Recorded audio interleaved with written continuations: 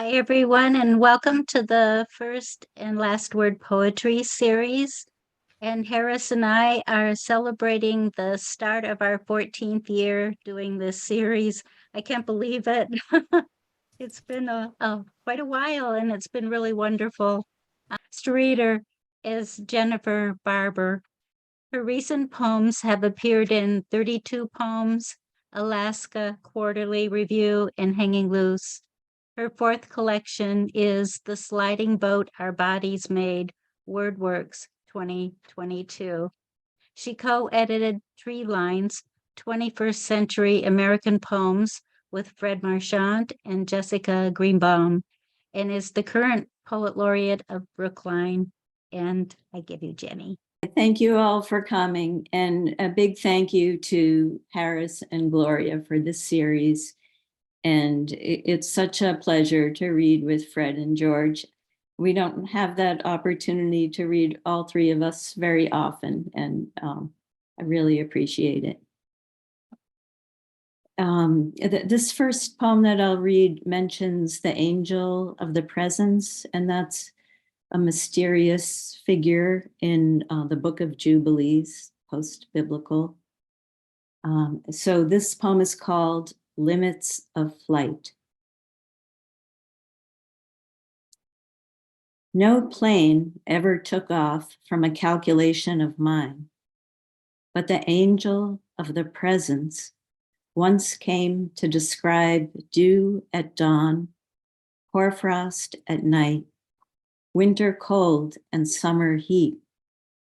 And yesterday, in the quiet village I was walking through, stalks of wild iris bloomed among orange butterfly weeds.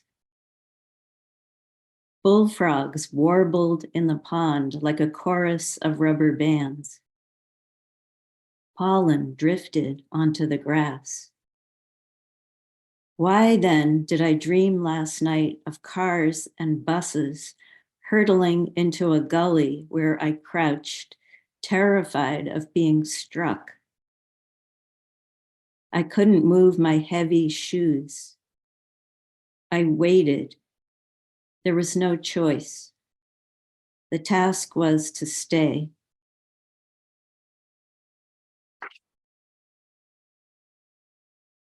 This next poem starts with three lines by the Spanish poet Emilio Prados. And I went through a phase of doing translations of his work. He was a contemporary and a friend of Lorca's, and he grew up in Malaga. And yeah, so the poem is just called Beginning with Three Emilio Prados Lines. And thanks to Ibbotson Street that published this poem. The sea today is made of gray and green stripes. A bird dives into a wave. A fish jumps through the spray. A trawler in the distance wears a halo of gulls. Who is piloting it? Where will the voyage end?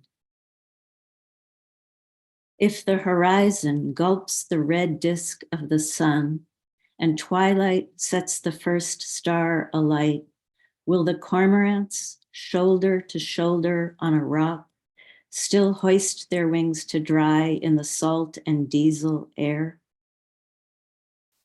And the sandbar, landing pad for the gulls, when will it sink back like a body into the night?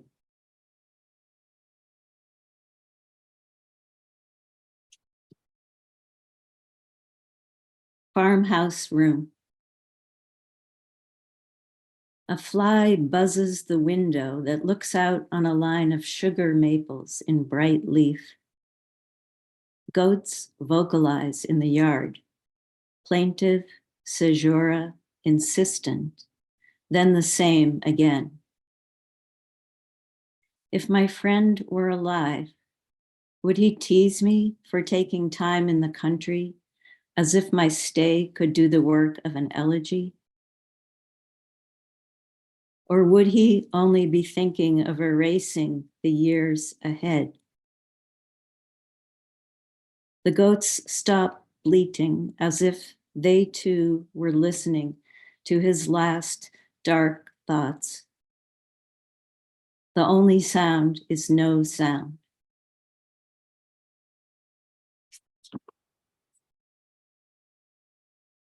So I've been reading around in an anthology of ancient Akkadian literature, and I came across a poem that was intended to soothe a colicky baby.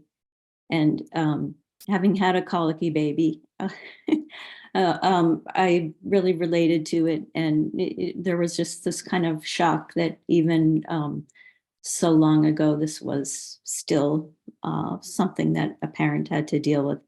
So this poem is called "To Calm a Baby," after a Babylonian lullaby. You dwelt 9 months in the darkness of the womb, deep in the shade of that snug chamber. Now that you're out, swathed in sunlight in my arms, why are you crying? Why won't you stop?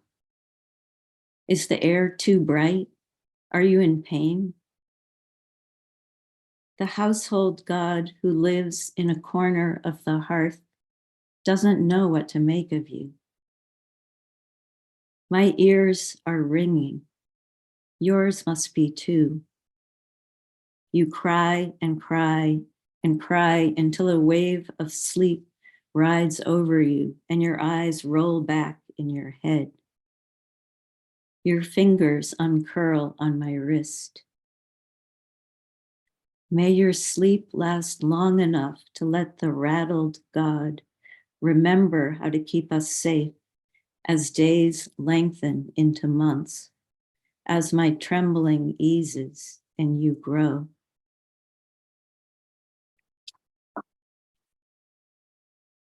So the colicky baby that I knew is now 35. So this poem is called Berlin, and it's about visiting my son. 6 days of rain and then the sun. The pigeon on a branch in the courtyard below is twice the size of the pigeons at home. My son lives here. He's a full-grown man, which can happen year by year if no other worse fate intervenes. A yellow train on an elevated track passes every few minutes, letting me spy on sleepy, unsuspecting passengers from the tall windows of his living room. The walls are stained where wallpaper adhered in another era. The ceiling is high, so that looking out is like looking up through a well of sky to more sky as the rain clouds gather themselves again.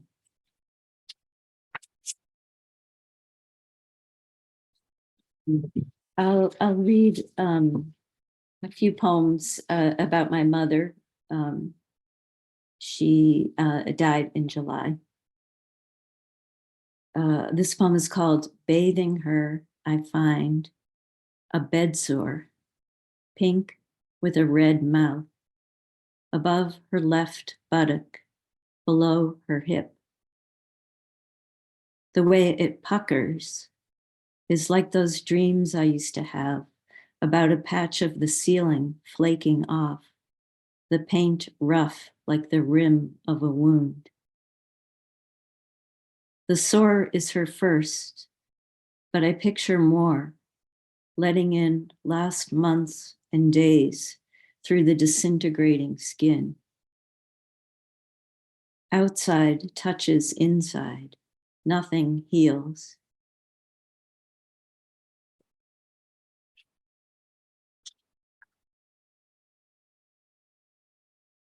Window. Afternoon sunlight glows through the stained glass peonies in red and purple and pink, with thick centers she cut and soldered. She can't get out of bed. My legs are shaped like hers, but I don't have a bruise on my shin.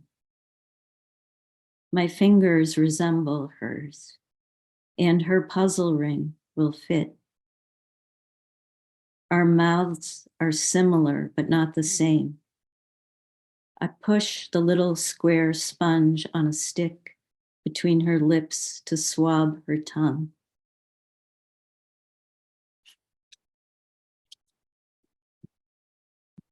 And I'll read two more. A brief change in topic. This is a poem called Elephant Seals. Forget Leviathan in favor of these who gorge night and day on fish and squid, who weigh as much as the family sedan. 2,000 feet below the waves, they spin upside down midway through their naps, unseen by the great white sharks and killer whales passing overhead like clouds. Then, elephant seals, you wake refreshed. You surface for air. Your hunger reignites. You dive again. The hours roll and toss. You haul yourselves ashore, whiskers slicked, eyes large and round. Your glistening tongues, proof of how strange the world, made of air and water and rock and you.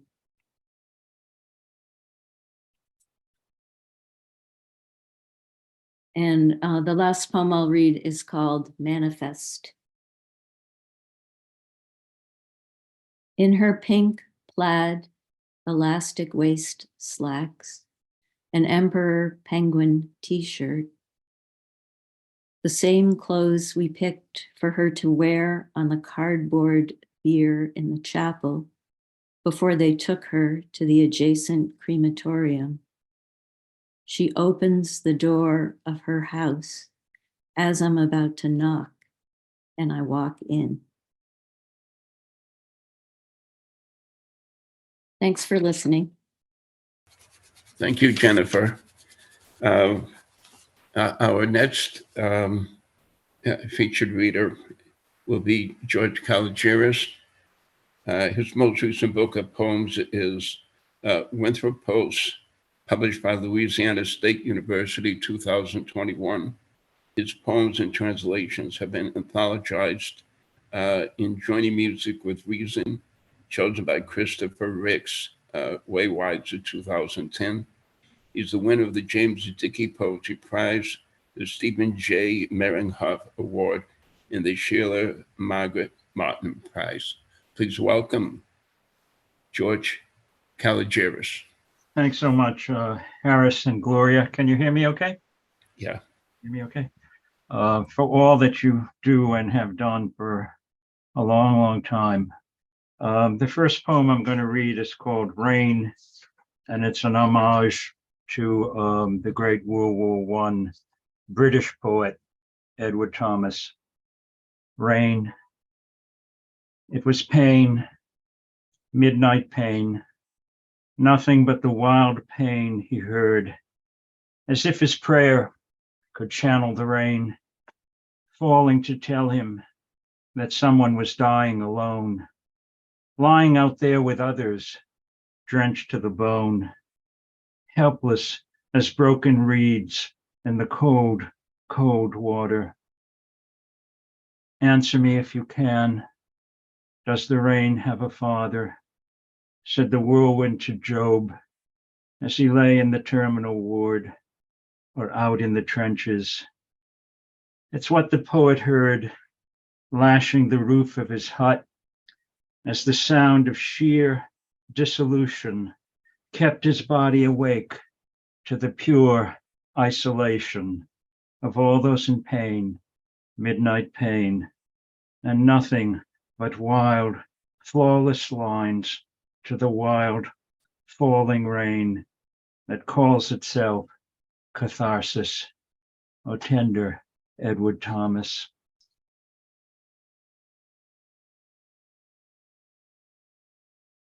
The next poem I'm going to read is for Fred, my dear friend, Fred Marchant. And I think it speaks to his poems and his experience. It's called History. However unreadable its bloody entrails, I heard all about it in my father's store. As long as there was a lull in the customers, my father and his brothers would stand around his butcher's block and argue vehemently in village Greek, with their grocers' aprons like philosophers' tunics, debating the Vietnam War or the junta in Athens, partitioned Cyprus, the iron logic of tribal vendettas, the Bay of Pigs. And then one brother went back to stocking shelves. The other one returned to the counter, and thump, thump, thump, my father, wielding his shiny cleaver, articulates another frozen carcass, each quick, decisive stroke, gory, precise. I have a series of poems about my mother and her struggles with Alzheimer's.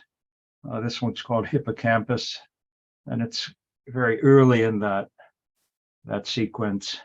Hippocampus, ancient Greek for seahorse, but now it stands for the S-shaped creature that swims so deep inside the coral reef of our brain, the hippocampus, locus of all our appetites and desires, but also the seahorse that rears its bewildered head when Alzheimer's first emerges.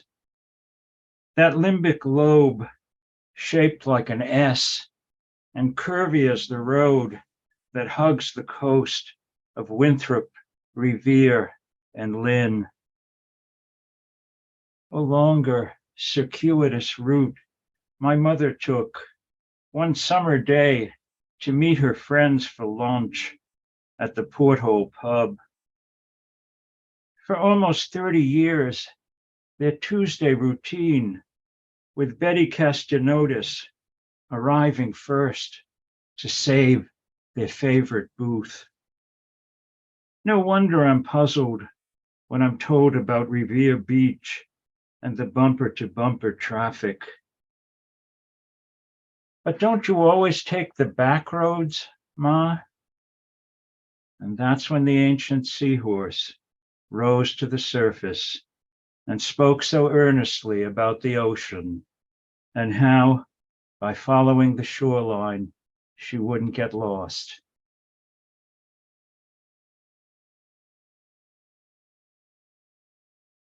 Another much shorter one about my mother. And I know many people out there are old enough to remember this song, California Dreamin'. It stopped my mother dead in her tracks. The pop song booming from my transistor radio. That was a beautiful one. Oreo Tragudi. I heard from my room. Then she went back to dusting the hallway ceiling with a broom she held above her upturned head. A broom whose bristles were softened by a knotted pillow cover. It all came back when I heard the opening lyrics. All the leaves are brown and the sky is gray. And just like that, the cobwebs, draping a delicate memory, one that must have been gathering dust for half a century are torn away. That was a beautiful one. Oreo tragudi. The sweep of time, the falling leaves, and nothing to fend off the cold, but that scepter broom held up by a suppliant of song.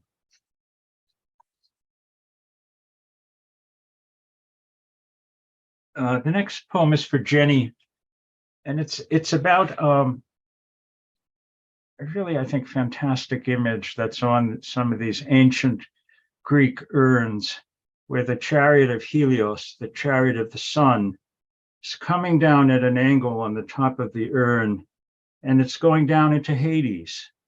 And you can see Hades and Persephone sitting on their thrones, but there's the chariot of the sun. This one's called Insomnia. The chariot of Helios is in Hades. Over the backs of the horses flow their long, luxuriant manes. Into the on and on and on of the dark, their arching necks must strain against the yoke that keeps them from turning back. The chariot of Helios is in Hades. Who hasn't felt the pull of its shimmering reins as the light descends, or heard the hooves that keep the racing heart awake long after midnight? The chariot of Helios is in Hades. Repeat it like a mantra you learned from a myth engraved on ancient Greek funereal urns. All night, the golden wheels of the golden car keep turning as over and over they try to tell us what only time can tell when dawn returns. Your love for your dead will never relax its grip, but one day the grief will finally start to fade. The chariot of Helios is in Hades.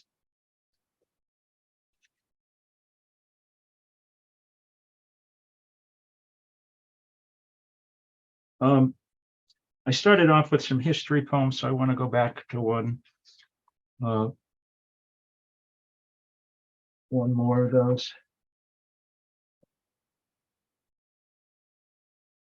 This one's called Byzantine Chanting, and there's a reference to Smyrna, and Smyrna in 1922, when the Greeks tried to very unsuccessfully to take back what to them was Constantinople. A large portion of it, a Greek section, was burned. There's lots of killing. Eventually, it was about 1 million Greeks were ethnically cleansed back to Greece, and 1 million Ottoman Muslims were ethnically cleansed from Greece back to Turkey. I didn't know, I knew a little bit about Smyrna when I was a kid, but mainly it was because of this cantor in our church, and that's in this poem, Byzantine Chanting. I could barely catch a single word the cantor was singing. If you can call that low liturgical droning, or on and off sobbing, singing. His lectern was marble, and opposite the choir, his singing robes were golden as Orion's, and swayed in shimmering rhythm to every murmur he made as he rocked back and forth with his eyes closed. Like Orion, our master singer had crossed an ocean, but not on the back of a dolphin, my favorite myth. His songbook was always open, but never consulted. Its gilded pages were thick as the yellow pages. My parents bowed their heads when the psalteries chanted. They told us he came from Smyrna when he was small and the houses were set on fire. Our psalteries reciting the Psalms of Exodus he learned as a child. And here he was in Lynn, Massachusetts, when Lynn was known as Shoe City. But all I could see and all that chimney smoke was smoldering Smyrna. Even on Sundays, the smell of factory leather hung in the air, as pungent as incense, until we entered church and heard the cantor's voice. Whatever Byzantium meant and Byzantine Greek, I studied the sagging jowls of that refugee's face as he chanted the rising and falling cadences.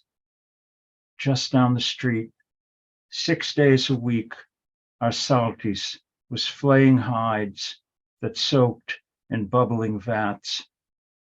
But as long as his singing robes were swaying, I pictured leaping dolphins and worn out sandals crossing the desert.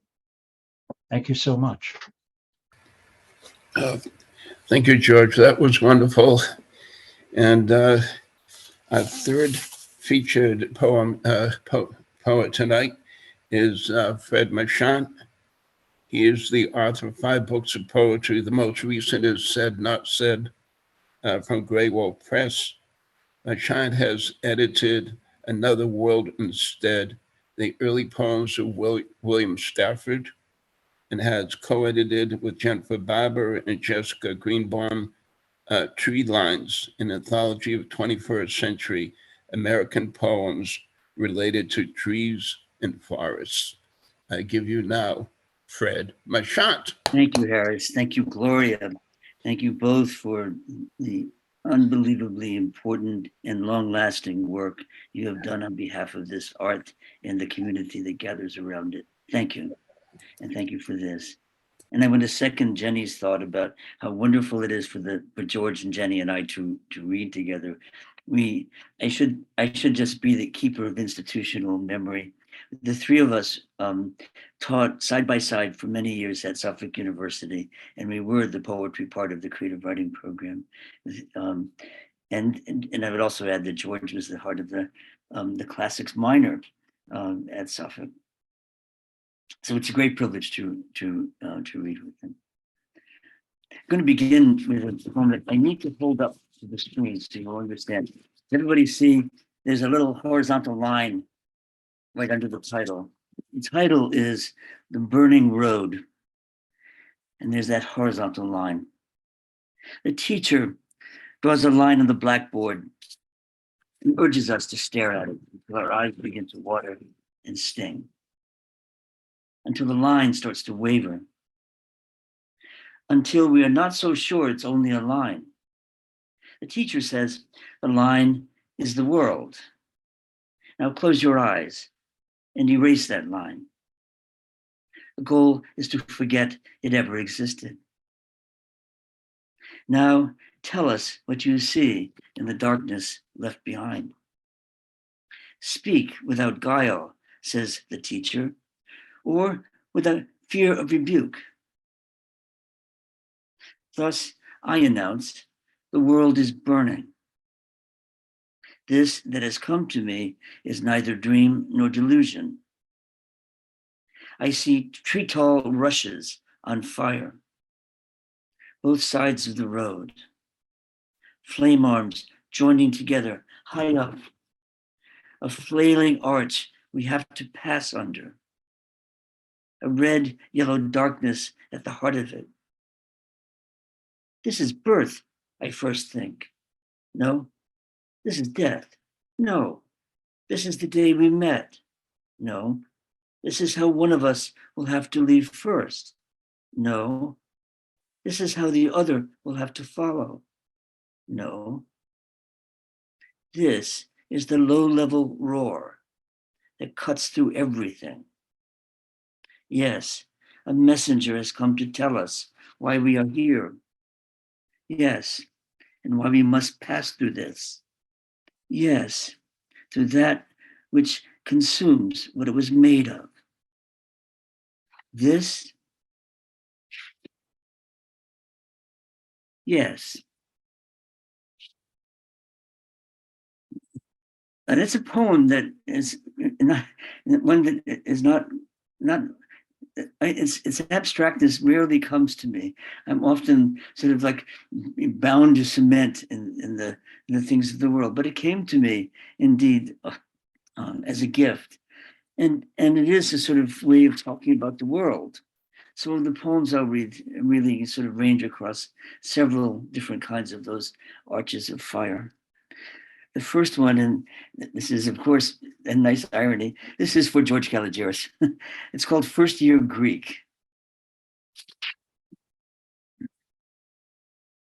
Late January, snow day, stay home, watch masses of energy move up the coast. Maybe time to write a sustained, coherent piece, but made of fragments, propped up and leaning on one another.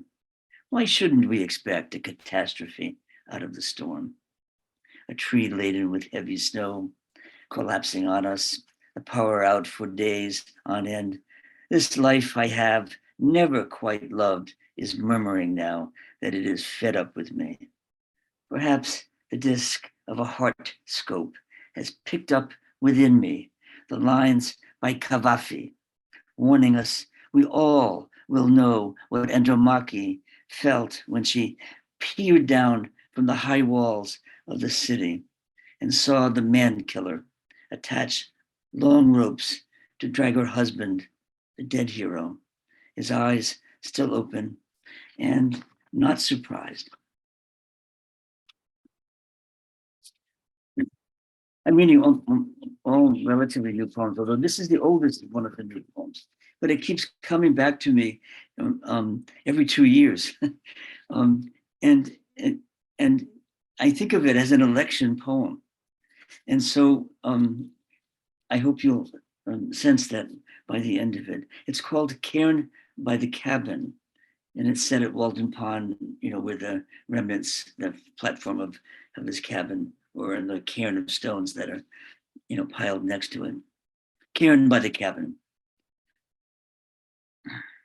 The asphalt parking lot, or a summer high, thick heat, and children with towels, flip-flops, popsicle rockets, red, white, and blue ice. How deep the hole our country did fall into while we slept, and how the dream brought us locusts. Their whine, the sound of someone strapped to the table, cut open for the hoses and the salt. Impossible to say where we stand now, on a path that circles what HDT said was the eye of God, but now feels like a corner where a sparrow has fallen from the nest and is looking up at us, as bewildered as we are. While in the mud, leafy pools, shallows, deep within alluvial history, our truths are unfolding beneath us. So he wanted to find out if there was, after all, some granite there, something we believed in that held us together. He must have known it was always tentative, ready to fall apart, that we each would have to believe enough to build it over again, and that this is what these stones are here for.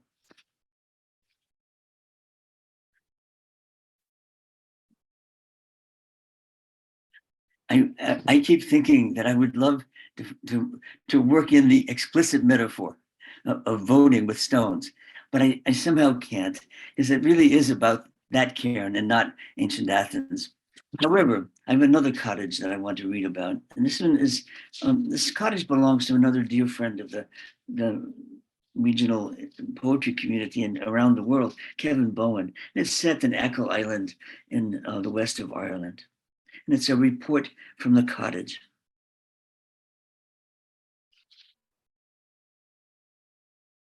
Bog fuchsia cut back so I could see the mountain pasture dotted with sheep. Those tatters of wool. When out of the field there came to me more than this aged, dignified ram with the blue branding stains on its back. More than the, excuse me, more than the heavy, wet wool trailing underneath. More than its cud-chewing stare that tells you how to be in the moment, how to believe in sun and cloud, the sway of distant stars, how the pasture's barbed wire means nothing, really, that we have within us all we would ever need. And if this claim bewildered me, then I should come in under the thorny wet bushes and sleep in their body warmth. I knew I had only imagined this, wished this animal could teach me so much so well. But this fact neither consoled nor stopped me from weeping many miles down inside, where I was one of the flock, down on all fours and crossing the steep flank of a mountain I have no name for, yet am a part of, and did a part of me for as long as we both live. I have to shift gears a bit now, and I part of the fiery arches of life right now is that my beloved wife Steffi has Parkinson's disease, and it's a relentless and ongoing struggle to live. So I have, to live in part has meant to write some poems as best I could out of this really this thing that seems so much beyond language. This poem is called You Ask. You ask what this disease is like and does over time. Let's begin with the idea of a mosaic of who you are, what you care about, who you give yourself to. Include the work you thought important, the ways you hoped others, the ways you helped others, the hopes that would sustain you, the eros that drew you to others and them to you. Then add the places passed through, lived in, a dairy farm above the sea, room above the barn where you milk the cows, forward to the corner of your yard today, how you've learned at last what bird is singing, and let us not neglect how the fear has settled in your mind like a night fog. The groan you cannot believe rises out of your throat, goes nowhere as you say to yourself, this cannot be happening. Not to my wife in a hospital bed, the other side of the living room. Our lives only 10 feet of bare floor apart. And I see there the sandstorm rising up out of a cold desert night, the wind and grit ripping at what we loved, leaving us standing on a worn flat platform, a ruin where chips of color used to be arrayed and added up to a life, a couple of them.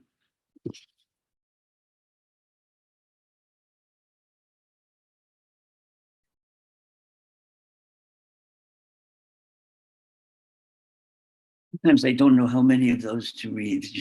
I keep wanting to read as many as I have, and yet there's somehow all that medicine, gets in the way. So this is maybe a slightly lighter-hearted one. Parkinson's really is about the death of brain cells that generate dopamine, that neurotransmitter. Here, the neurotransmitter dopamine, they begin to speak, those cells. Midbrain, dopaminergic neurons. By the time the symptoms appear, the few of us that have survived are weary, weaker than ever, overworked, ready to give up. Forget the miracle we are designed to transmit from cell to cell, down to the extremities, to the poor ankle curved inward, to the finger curled tight. The messages getting garbled on the way, even lost in the journey. Though the brain's trenches, we feel like that poor lad with a musette bag, and a code that will call off the assault in the dawn of the Somme. But right now, we are out of commission, mere shells of ourselves, husks hollowed out, helpless to help, done, closed, shuttered, over and out to lunch, and gone fishing.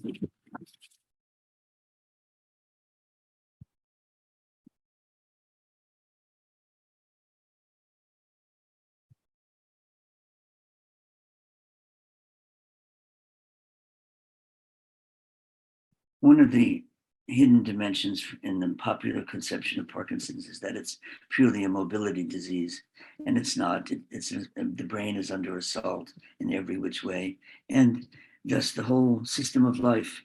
This poem is called Your Dementia, Mine. The great tribunes of reason are frustrating, accusatory, suspicious, even if they know better. Then come the falls, broken bones, surgeries, dystonia, a cascade of failure. And then the wellness programs, the clinics, the range of motion exercises, the body hoving in, gripping its breast, fingers and toes unbent, the voice disappearing down a well, making you sound as if you're 3, or maybe you cannot talk at all. And in the thinking that follows, categories of understanding become unreliable. Time flows in on itself, crowd of dates, the years gathering in a dream, a back and forth with laughter too, a smile at what happens only on the inside, like the hallucinations in daytime, the cats under the table, a dog curled on the couch, the certainty that those who have long ago died come to visit you, the endless rebuilding of what you can't put your finger on. She looks back through the window and sees boughs of the hemlock, and behind them, a white clapboard house. Figure and ground, the white shapes turning into school children on their way to class, then a course she thinks she is scheduled to teach. I'm going to read 2 more poems. This one, however, is dedicated to Jennifer Barber and Jessica Greenbaum, my co-editors of Tree Lines. And it's set in the context of all of this Parkinson's, but Tree Lines is really a tremendous affirmation of our connection to the living world. Tree Lines. Light in a distant east, beyond granite and brick, where night, blessed and innocent, soon gives up the ghost and dances with the planet and follows. Lord, how I hate to shift back today. How I treasure what is left to me of night. Thin, shadowy tree lines outside my window, limbs and the trunk so bare, I almost feel the rough bark pressing on my cheek. Living cells underneath, blood like sap, and a pulse in these steady, upright, long-lived brothers and sisters. How they sway with me as I breathe, the night spent beside each other. Lovers, friends, I tell everyone who pretends to listen, this is when I can think, see into the heart of what I have been thinking. When thought is its own pleasure, my overcoiled brain finally at ease. The medications I both hate and love, now long since absorbed. And poems that I don't know where it belongs in this collection, but you can guess my predicament. It's called Hello, Stranger. Hello, stranger. This is where you enter the poem. You'll need to take your shoes off, but not your socks. Sit as you wish, cushion or not, even on a chair. But keep the spine and windpipe aligned, upright enough to draw a straight path from the base of your being to the place the gods like to touch, that tangled nest of neurons where you have imagined gods, where you have imagined gods exist, where you believe in love's enduring kindness and in decency greater than gratitude. And as these are akin to reading a poem, you are welcome here. The key is under the mat, so let yourself in. Thank you.